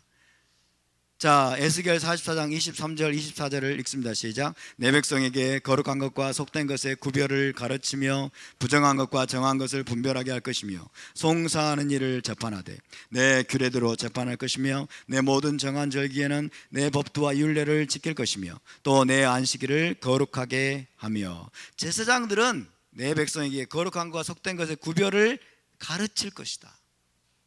부정한 것과 정한 것을 분별하게 하도록 가르칠 것이다. 그죠? 토라를 가르치는 임무를 맡은 자들이 바로 제사장들이 될 것이다 라고 말씀하고 있습니다. 여러분, 메시아 시대에는 사람들에게 하나님의 법과 규례를 가르칠 토라 교사가 필요할 것입니다. 제사장들이 대표적인 사람들이고요. 제사장들을 비롯해서 백성들에게 하나님의 법과 규례를 가르칠 토라 교사가 필요할 것입니다. 거룩한 것과 속된 것, 정한 것과 부정한 것의 구별을 가르칠 토라 교사들, 랍비들, 이런 사람들이 필요하다는 것을 오늘 본문에서 우리에게 가르쳐 주고 있습니다. 그리고 재판관도 필요합니다. 메시아께서 왕으로 통치하실지라도 여전히 사람들의 분쟁을 해결해 줄 재판관들이 있게 될 것입니다. 쇼페트들이 있을 것이다. 그래서 그들이 토라 준행과 관련된 질문들에 대해서 할라카적인 결정을 이제 내려주는 겁니다. 토라에 따르면 이것은 잘못된 것이고 토라에 따르면 이렇게 행하면 안 된다라고 여러분 판결을 내려줄 쇼프팀들이 있게 된다. 이것이 메시아 왕국의 모습이에요. 이해되시죠? 자, 그 말은 무슨 말이냐면 다가올 천국에서는, 메시아 왕국에서는 아무 할 일 없이 우리가 빈둥거리는 데 아니라는 거예요. 아무 할 일 없이 빈둥거리거나 논스톱 예배만을 드리는 것이 아니라 일상적인 삶이 계속될 것을 우리에게 보여줍니다. 일상적인 삶이 계속될 것이다. 그래서 메시아 왕국이 참으로 놀라운 시대이긴 합니다만 여전히 서로 간의 의견의 불일치가 어느 정도는 있을 것이고 어느 정도 분쟁이 있을 것이고 어느 정도 토론도 여전히 있을 것을 우리에게 가르쳐 주고 있습니다. 메시아 왕국은 완벽한 시대니까 서로 분쟁도 하지 않고 서로 의견 불일치도 없고, 여러분 그러리라고 생각하지 마십시오. 아시겠습니까? 만약에 의견 불일치가 전혀 없다 그러면 재판관이 필요 없어요. 그죠? 상호 간의 분쟁이 없다, 이해 다툼이 조금도 없다 그러면 재판관이 필요가 없어요. 판결을 내려줄 일이 없잖아요. 소송도 있을 수가 없고 재판관이 필요가 없어요. 메시아 왕국은 그런 시대가 아닙니다.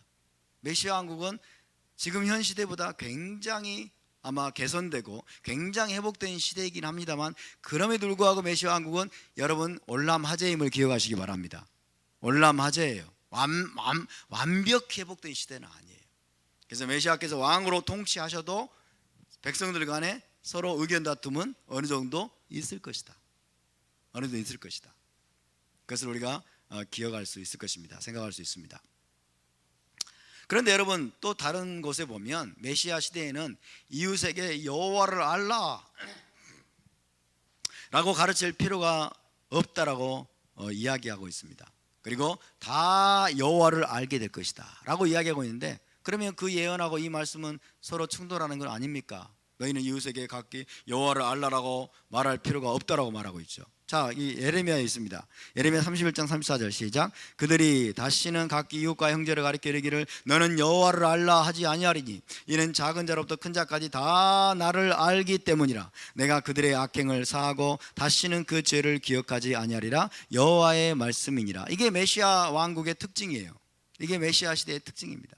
이웃과 형제를 가리켜서 너는 여호와를 알라라고 말할 필요가 없다는 거예요. 작은 자로부터 큰 자까지 다 나를 알기 때문에 여호와를 알라라고 말할 필요가 없다는 거예요. 이것은 무슨 말입니까? 이것은 여러분 하나님의 토라를 가르칠 필요가 없다는 뜻이 아니에요. 하나님의 토라를 가르칠 필요가 전혀 없도록 사람들이 다 토라를 다 알아버릴 것이다 이런 뜻이 아니고, 그런 뜻이 아니고 사람들에게, 하나님을 모르는 자들에게 하나님을 알도록 할 필요가 없다는 뜻이에요. 하나님을, 다시 말하면 하나님을 모르고 안 믿는 자들이 한 사람도 없게 될 거란 뜻이에요. 이해되십니까? 지금 우리 주변에 하나님 모르는 자들이 너무 많잖아요. 안 믿는 자들이 너무 많죠. 하나님을 모르고 안 믿는 자들에게는 이제 하나님을 믿으라고 전도하는 걸 말해요. 믿으라고 전도하고 믿으라고, 하나님을 믿으라고 말하는 그런 것을 말합니다. 왜 그럴 필요가 없냐면 여호와의 영광이, 쉐키나 영광이 예루살렘 성전에 가시적으로 임해 있기 때문에 그 시대에는 더 이상 무신론자가 없게 된다는 겁니다. 더 이상 무신론자가 없고 불가지론자가 없을 것이고 우상 숭배자도 사라집니다. 유일하신 하나님이, 이스라엘 하나님, 그분이 유일하신 하나님이라는 사실을 온 세상이 다 알게 된다는 뜻이에요. 할렐루야. 왜? 예루살렘에 하나님이 내려오셨는데, 예루살렘 하나님의 영광이 내려오셨는데. 그래서 여러분, 메시아 시대 때는 무신론자가 사라집니다. 아멘. 불가지론자가 사라집니다. 그리고 우상 숭배자도 사라지게 될 것입니다. 다 유일하신 참 하나님을 믿게 되는 그런 시대가 될 것입니다. 그럴지라도 여러분, 우리가 하나님을 믿는 즉시 불신자 하나님을 믿자마자 토라 다 아나요? 모르죠? 그렇죠? 그래서 예레미야 31장 34절은 토라를 가르칠 필요가 없다는 뜻이 아니에요. 하나님의 성전에 하나님의 영광이 충만하게 임해 있기 때문에 전부 다 하나님을 믿는다는 뜻이에요. 이해되시죠? 하나님 믿으라고 말할 필요가 없다는 거예요. 하나님 믿으라고. 나도 알아 그러죠. 나도 알아. 그래서 하나님을 다 믿게 되겠지만은 여전히 사람들은 하나님을 아는 지식에서 계속적으로 자라가야만 됩니다. 아멘. 하나님을 아는 지식, 토라에서 계속적으로 여러분 자라가야만 된다. 그래서 하나님의 명령과 규례와 법도를 가르칠 토라 교사가 있어서 사람들에게 가르쳐야만 되는 시대가 바로 메시아 왕국 시대입니다. 아마 부활체로 들어간 자들도 아마 열방의 통치권을 어느 정도 부여받아서 토라를 열방에게 가르치는 그런 사역을 하지 않을까라고 생각이 들어집니다.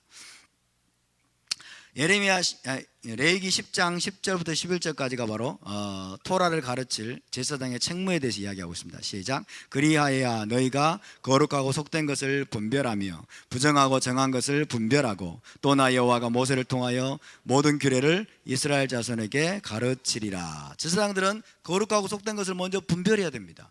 그리고 부정하고 정한 것을 분별해야 됩니다. 그래야 나 여호와가 모세를 통하여, 거기에 뭔가 생략이 돼 있어요. 모세를 통하여 계시한, 모세를 통하여 가르쳐준 모든 규례를 이스라엘 자손에게 가르치리라. 누가? 제사장들이 이스라엘 자손에게 토라를 가르친다는 것입니다. 아멘. 그래서 제사장들이 이스라엘 자손에게 토라를 가르칠 겁니다. 제사장들이 이스라엘 자손에게 토라를 가르칠 것이고, 그때 부활체로 들어간 저와 여러분은 열방의 제사장이죠. 열방의 제사장으로서 아마도 열방에게 토라를 가르치는 그런 일들을 하게 될 것입니다. 여러분, 지금 토라를 모르는데 메시아 왕국에 부활체로 쑥 들어간다고 해서 갑자기 토라에 대한 지식이 확 다운로드 돼가지고 토라를 다 알아버릴 거라고 생각하지 마세요. 아멘. 지금 우리가 토라를 배우고 토라 준행을 연습하고 토라를 지키는 훈련을 우리가 받는 것은 여러분 메시아 왕국을 위해서 지금 훈련받는 과정임을 기억하시기 바랍니다. 아멘. 지금 우리가 안 배우면 그 시대에 가서는 누군가에게 우리는 배워야만 됩니다. 누군가에게 배운다는 것은 다스림을 받는다는 거예요. 저와 여러분이 다스리는 자가 될 수 있기를 바랍니다. 메시아 왕국에서 통치자가 될 수 있기를 바랍니다. 메시아 왕국에서 우리가 쇼페트가 될 수 있기를 바랍니다. 재판관이 될 수 있기를 바랍니다. 할렐루야. 지금 그래서 부지런히 토라를 배우는 게 모든 면에서 너무나 중요한 거예요. 모든 면에서. 그러나 여러분, 제사장들은 대부분 이스라엘 역사 속에서 백성에게 토라 가르치는 일에 실패했습니다. 백성에게 토라 가르치는 일에 실패했어요. 하나님이 그걸 책망하십니다. 에스겔서 22장 26절 시작. 그 제사장들은 내 율법을 범하였으며 나의 성물을 더럽혔으며 거룩함과 속된 것을 구별하지 아니하였으며 부정함과 정한 것을 사람이 구별하게 하지 아니하였으며, 자기가 토라대로 살지 않으면 가르칠 수 없다는 거예요. 맞습니까? 왜 제사장들이 백성들에게 토라 가르치는 일에 실패했을까요? 자기들이 토라를 범했기 때문에. 자기들이 토라를 범하고 자기들이 토라대로 정한 것과 부정한 것을 구별하지 않고 거룩한 것과 속된 것을 구별하는 삶을 살지 않았기 때문에 백성들에게도 그렇게 하도록 가르치지 못하는 거예요. 따라서 우리가 토라를 지켜야 다른 사람을 가르칠 수 있고 인도할 수 있습니다. 여러분의 자녀들에게 토라를 가르칠 수 있으려면 여러분이 토라를 부지런히 공부하고 부지런히 토라를 준행해야 됩니다. 아멘. 내가 하지도 않는 것을 누군가에게 하라고 말할 수는 없어요. 내가 하지도 않는 것을 누군가에게 하라고 하는 것을 위선이라고 말합니다. 이 종교적인 위선자가 되면 안 됩니다. 종교적인 위선은 오래 못 갑니다. 그리고 얼마 동안은 통하는 것처럼 보일지 모르지만 오래 못 가요. 이스라엘의 제사장들이 역사 속에서 실패했습니다. 자기의 부르심을 이루지 못했어요. 토라를 계속해서 범했고 성물을 더럽혔고 그 다음에 성전에서 제사하는 일들을 가볍게 여기고 소홀히 여겨가지고 여러분 거룩하게 하지 못했어요. 그러니까 백성들의 모범이 되지 못한 거죠. 백성들의 모범이 되지 못해서 백성들도 똑같이 하는 거예요. 백성들은 리더들이 하는 대로 따라갑니다. 그죠? 이 사람들은 백성의 어른이에요. 제사장들은. 그러니까 제사장들이 하는 것 보고 그대로 백성들도 타락의 길을 가고 토라를 범하는 길을 가고 여러분 거룩한 삶을 살지 않게 되는 거예요.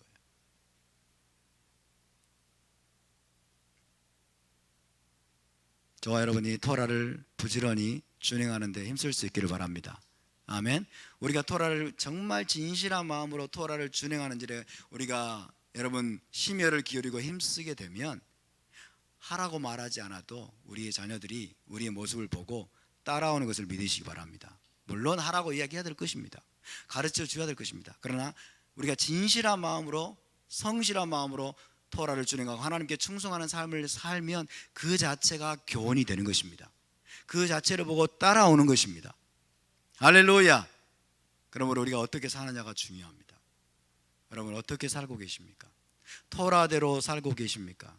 아니면 세상이 여러분에게 유혹하는 대로 세상이 여러분에게 여러분 위협을 하고 때로는 위협을 하고 여러분을 두렵게 만들고 세상이 여러분을 공격하면 여러분이 뒤로 물러나가지고 세상의 기준대로 따라가고 있습니까? 저와 여러분이 흔들리지 말아야 됩니다. 아멘. 우리는 흔들리지 말아야 돼요. 왜? 우리의 왕은 하나님이십니다. 이 세상의 신은 누굽니까? 사탄입니다. 이 세상의 신은 사탄이에요. 우리의 왕은 사탄이 아닙니다. 우리의 왕은 여호와 하나님이십니다. 우리의 왕은 주 예수와입니다. 에스겔 44장 25절입니다. 시작. 시체를 가까이 하여 스스로 더럽히지 못할 것이로되 부모나 자녀나 형제나 시집가지 아니한 자매를 위하여는 더럽힐 수 있으며. 자, 제사장들은 시체를 가까이 하여 더럽히지 못할 것이로되 부모나 자녀나 형제나 시집가지 아니한 자매를 위하여는 더럽힐 수 있다라고 말씀합니다. 의식상의 부정이죠. 의식상의 부정, 탐해, 의식상의 부정 상태에서 또 말씀합니다. 자, 이것을 통해서 우리가 알 수 있는 것은 메시아 시대에는 사람들이 여전히 죽는 일이 있는 시대입니다. 메시아 시대 때도 사람들이 죽습니다. 천국 천당에서 여러분 죽음이 있다라고 우리 크리스찬들 생각이나 할까요? 상상이나 할까요? 그러나 성경에서 말하는 천국에서도 죽는 일이 있습니다. 그 천국이 뭐예요? 메시아 시대예요. 메시아 왕국이에요. 예루살렘에서 시작되는 메시아 왕국 때는 그때도 사람들이 죽는 일이 있습니다. 그죠? 그러니까 시체라는 말이 나오죠. 시체를 가까이에서 스스로 더럽히지 말아라 라고 이야기하고 있습니다. 여러분 메시아 시대에 사람의 수명은 획기적으로 늘어날 겁니다. 획기적으로 늘어날 것이고 젊어서 죽는 일은 극히 드문 일이 될 겁니다. 그럴지라도 여전히 사람이 죽는 일은 있을 것이다.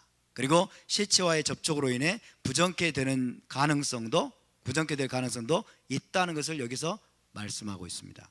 자, 수명에 대해서 이사야 65장 20절에서 이렇게 말씀합니다. 메시아 왕국에서 사람의 수명, 시작. 거기는 날수가 많지 못하여 죽는 어린이와 수완이 차지 못한 노인이 다시는 없을 것이라. 곧 100세에 죽는 자를 젊은이라 하겠고 100세가 못되어 죽는 자는 저주받은 자이리라. 아멘. 날수가 많지 못하여 죽는 어린이와 수완이 차지 못한 노인이 다시는 없을 것이라고 말하면서 100세에 죽는 자를 젊은이라 하겠고 100세에 죽는 일이 제한적이지만 있을 수 있다는 거죠. 100세가 못되어 죽는 자는 저주받은 자들은 100세가 못되어서 죽을 수 있다는 거죠. 그죠? 그럼 메시아 왕국 시대 때도 저주가 있다 없다? 메시아 왕국 때도 저주가 있습니다. 저주가 완전히 사라진 시대가 아니에요. 죄와 사망과 저주가 완전히 사라진 시대가 아니에요. 이해되십니까? 메시아께서 통치하시기 때문에 엄청나게 회복이 되고 놀라울 정도로 여러분 지금과는 상상할 수 없는 시대이긴 합니다만은 그럼에도 불구하고 여전히 제한적인 차원이 아마 제한적일 겁니다. 제한적인 차원에서 죄도 있고 죽음도 있고 그리고 또 뭐예요? 저주도 있고. 특별히 여러분 열방의 저 먼 나라 이스라엘에서 멀리 떨어진 열방의 나라들은 하나님은 이제 있는 줄 알겠는데 토라를 전혀 모르잖아요. 그러니까 여전히 죄를 범할 가능성이 있어요.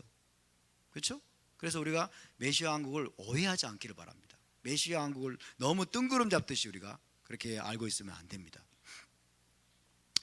그래서 여러분 죽음이 있기 때문에 이 죽음으로 인해서 의식상의 부정함이 생겨나게 됐죠. 그래서 이 죽음과 접촉함으로 부정케 된 자는 성전에 들어가지 못합니다. 그래서 제사장들은 가족의 죽음에는 어떤 경우에도 부정케 되어서는 안 된다라고 말합니다. 왜? 성전에서 항상 섬겨야 되기 때문에, 늘 정결한 상태에서 하나님을 섬겨야 되기 때문에 가족의 죽음 외에는 어떤 경우에도 부정케 되어서는 안 된다라고 말씀합니다.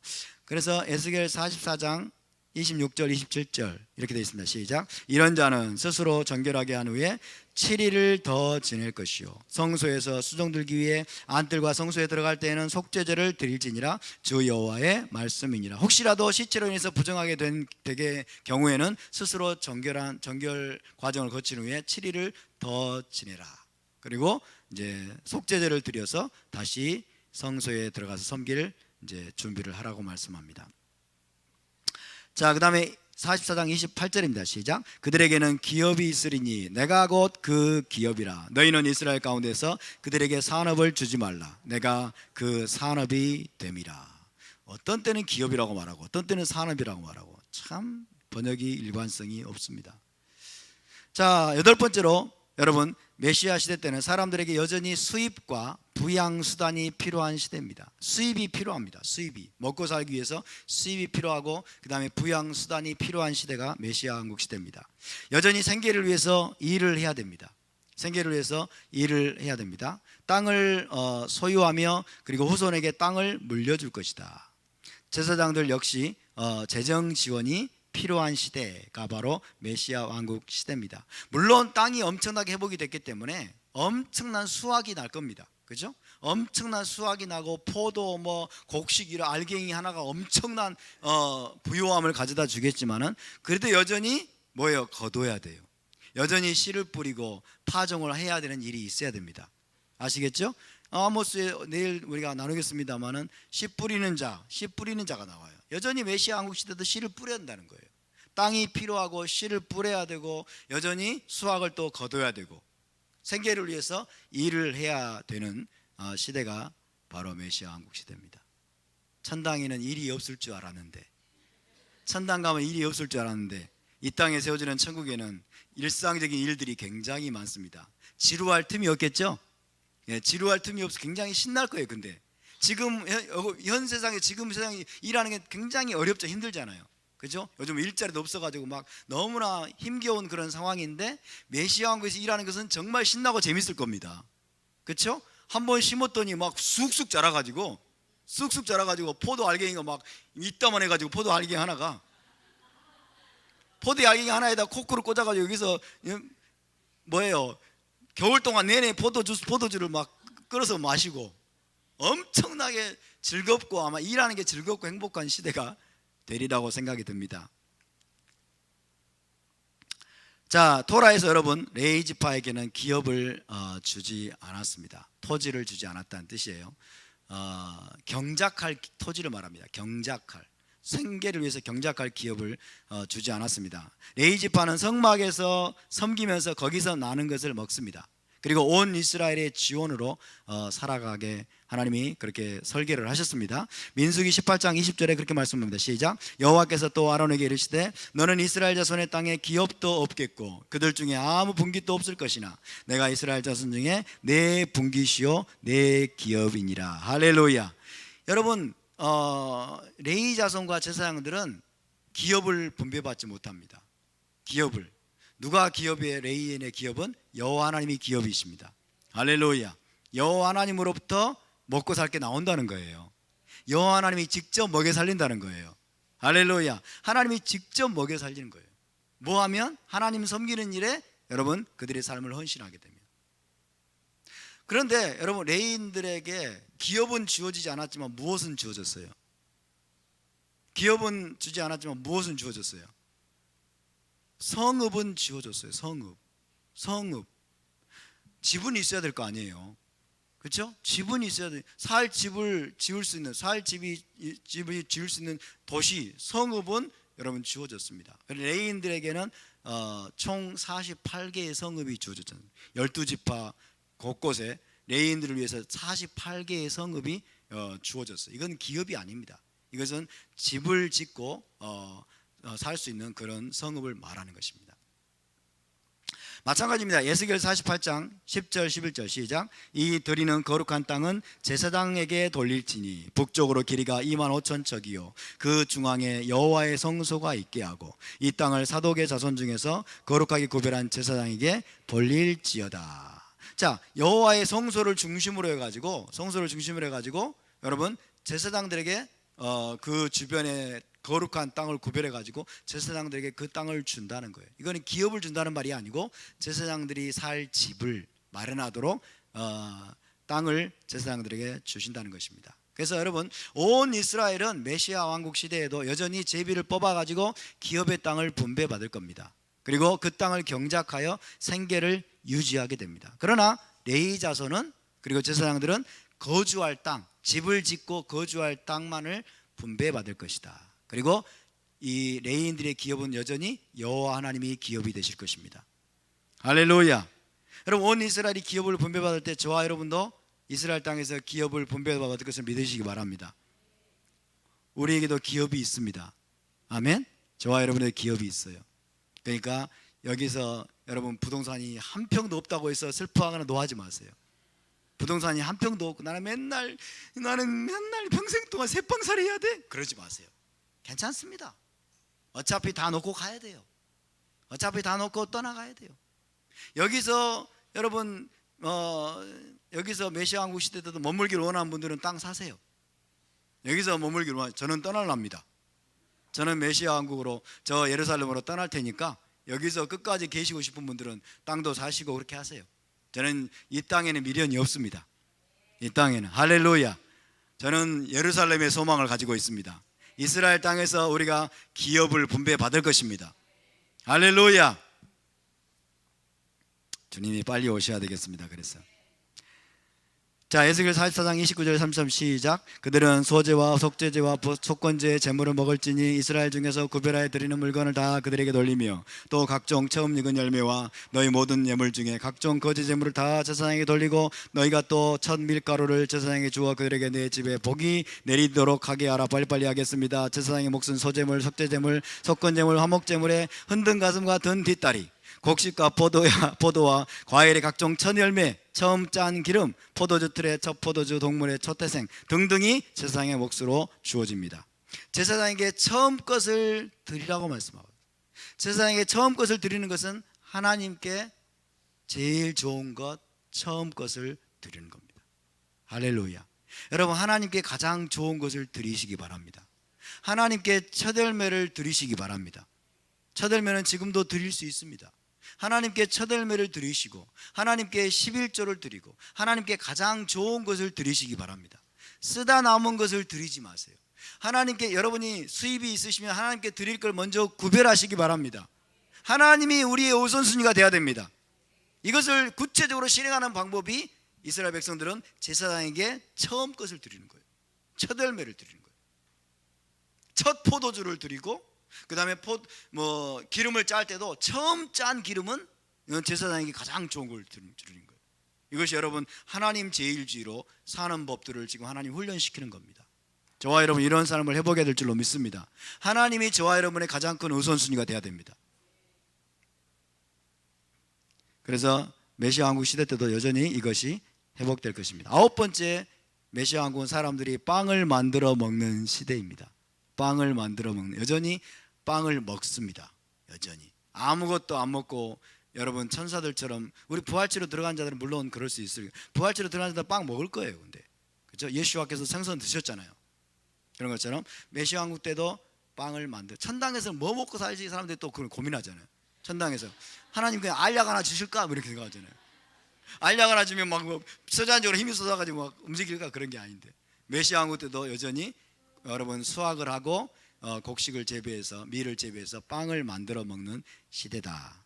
적어도 이스라엘 땅 내에서는 사람들이 빵을 만들기 위한 반죽의 첫 부분, 이것을 할라라고 합니다. 할라빵 할 때 할라가 여기서 나왔습니다. 빵을 만들기 위한 반죽의 첫 부분을 떼어서 제사장들에게 줄 것이다. 자, 이 말씀이 민수기 15장 21절에 제일 먼저 나옵니다. 킹 제임스 흥정역이 제일 가깝게 번역한 것 같아요. 시작. 너희는 너희 빵 반죽의 처음 것에서 너희 대대로 여호와께 거제 헌물을 드릴지니라. 빵을 만들기 위해서 반죽을 막 하는 거예요. 반죽이 이만큼 되면은 그 중에서 첫 부분을 이렇게 떼어냅니다. 첫 부분을 떼어내 가지고 이것을 제사장에게 주라고 말씀합니다. 이게 뭐냐면 할라라고 그런 거예요. 떼어낸 첫 부분을 할라. 이것을 기억해서 유대인들은 지금 할라빵을 먹는 거예요. 이해되시죠? 그러니까 첫 반죽을 떼어서 누구를 기억하는 거예요? 기업도 없는 제사장을 기억합니다. 그죠? 제사장에게 이걸 드림으로써 또 가장 좋은 것은 하나님께 드린다. 이것을 실행하는 것입니다.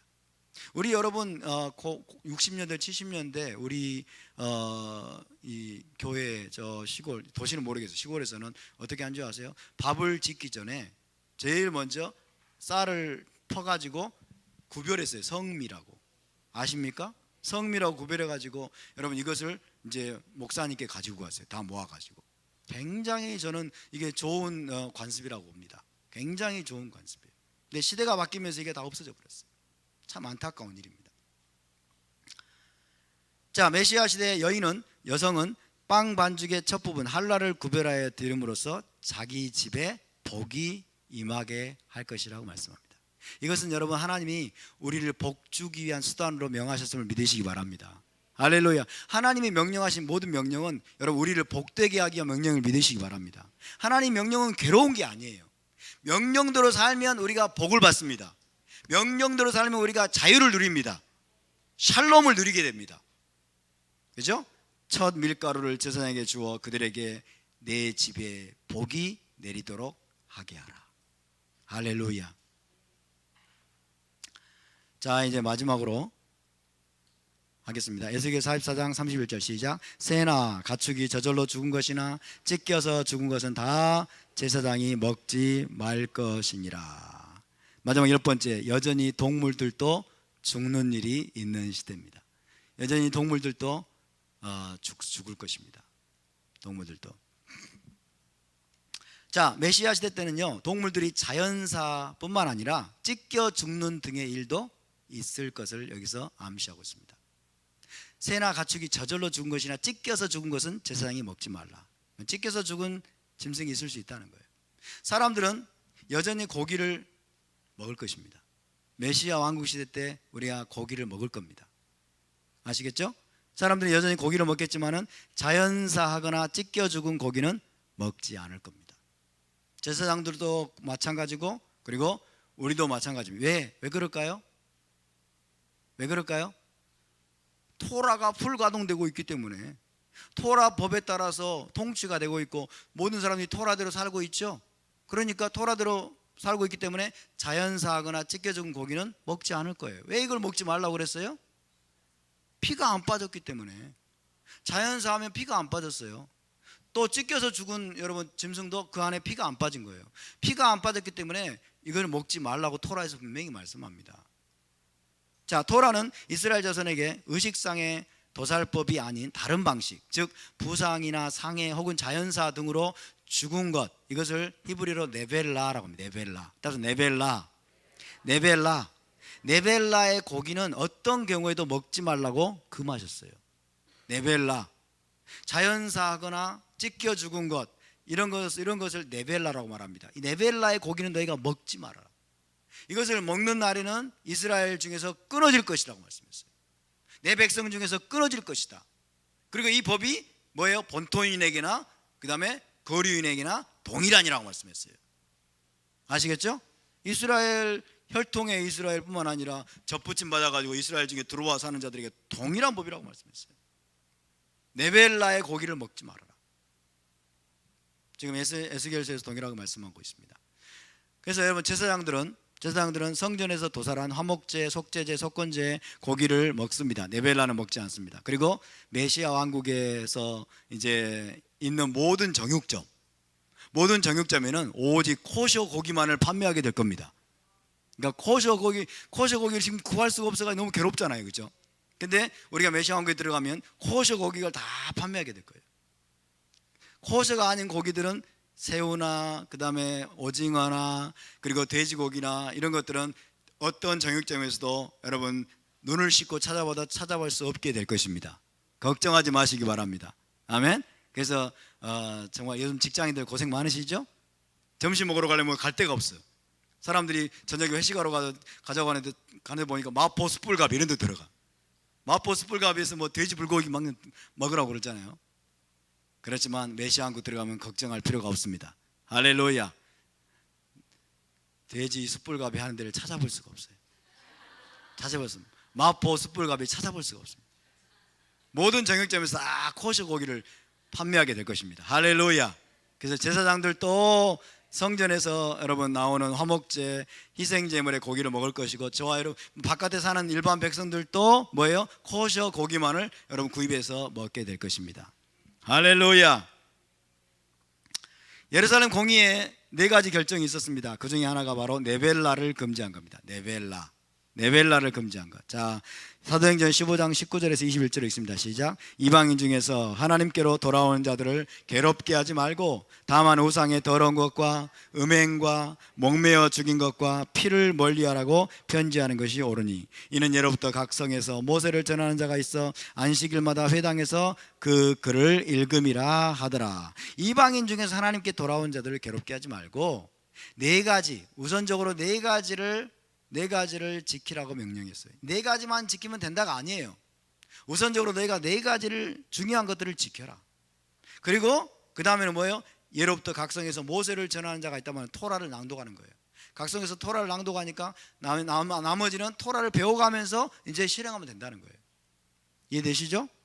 이 중에 4가지가 우상의 더러운 것, 우상의 재물을 말합니다. 우상의 재물, 그리고 음행, 그리고 목매어 죽인 것. 목매어 죽인 게 뭐예요? 네벨라를 말해요. 목매어 죽인 것. 목매어 죽이면 여러분 어떻게 돼요? 피가 안 빠져요. 피가 안 빠져요. 그래서 피가 빠지지 않은 고기를 말합니다. 네벨라를 먹지 말아라.